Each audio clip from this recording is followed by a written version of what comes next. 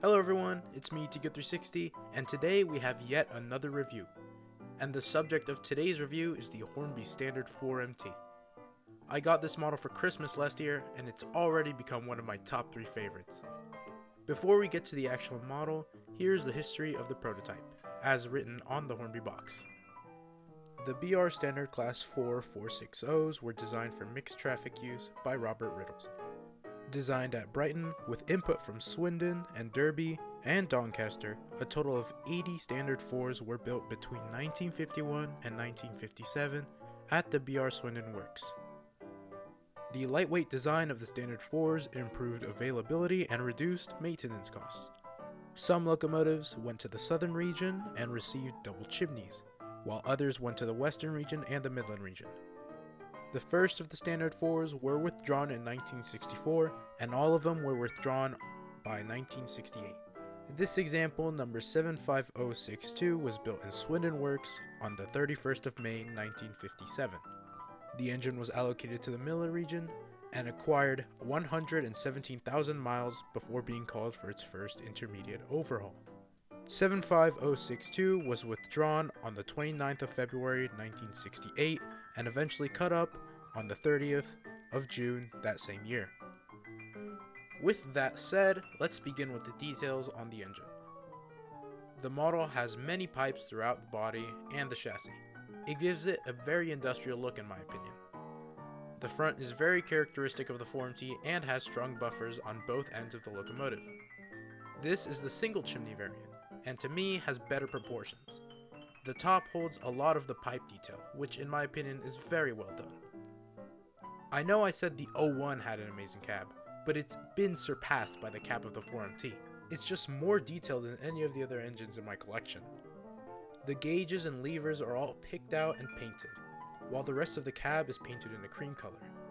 On the other side of the model, there is this pipework which really stands out and catches the eye.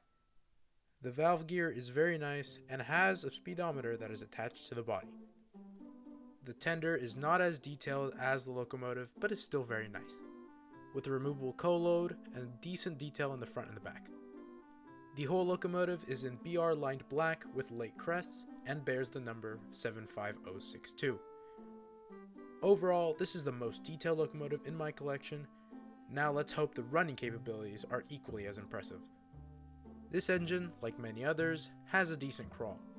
I have noticed that the back wheels do lift over slightly off the track, but it's only an issue when going backwards on the crossover at high speeds. The engine's torque isn't the best, but it can haul all my rolling stock with ease. It's a decently heavy engine, so it shouldn't be a problem. The valve gear looks wonderful while on the move, and it really shows off how nice this model is. Overall, I'm very happy with this engine, and is a welcome member of the Rosemary Railway fleet. The price I paid for the model was about $115, which compared to other offerings is a pretty good deal. Now it's time for a running session. The 4MT will run on the inner line and will pull 2 LNERT coaches. On the outer line is an engine I've only shown once before. 46203 Princess Margaret Rose, who is also in a BR livery, but in Brunswick green with early crests. She will be pulling 3 teak coaches. Don't worry, I plan to get some very rolling stock in the future. Well, it's time to get these lovely engines underway.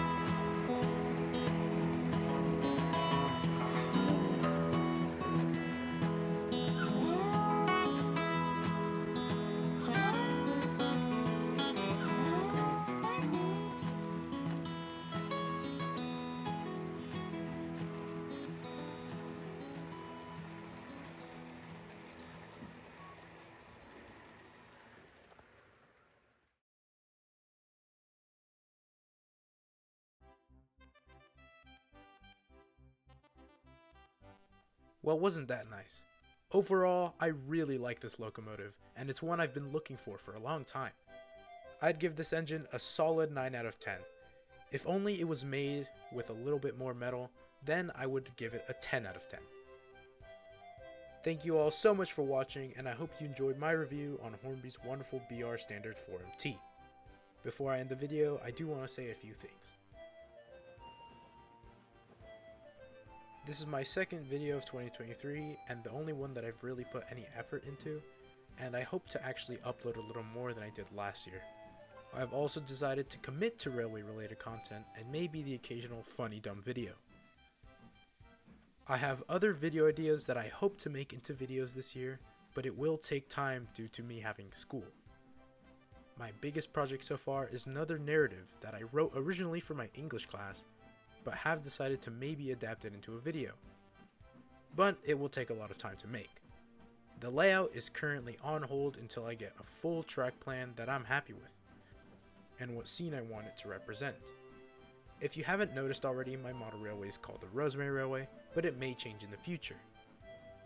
Anyways, that's all I have for you guys today, and I hope to see you guys very soon.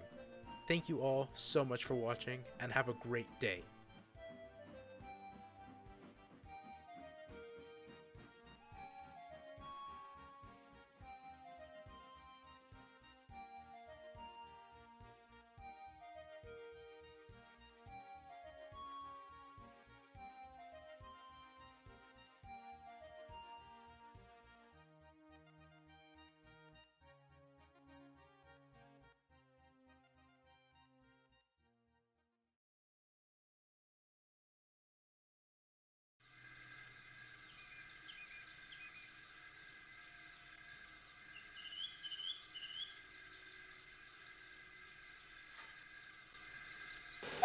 Oh goodness.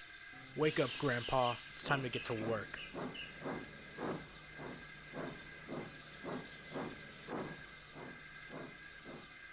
Yeah. Work.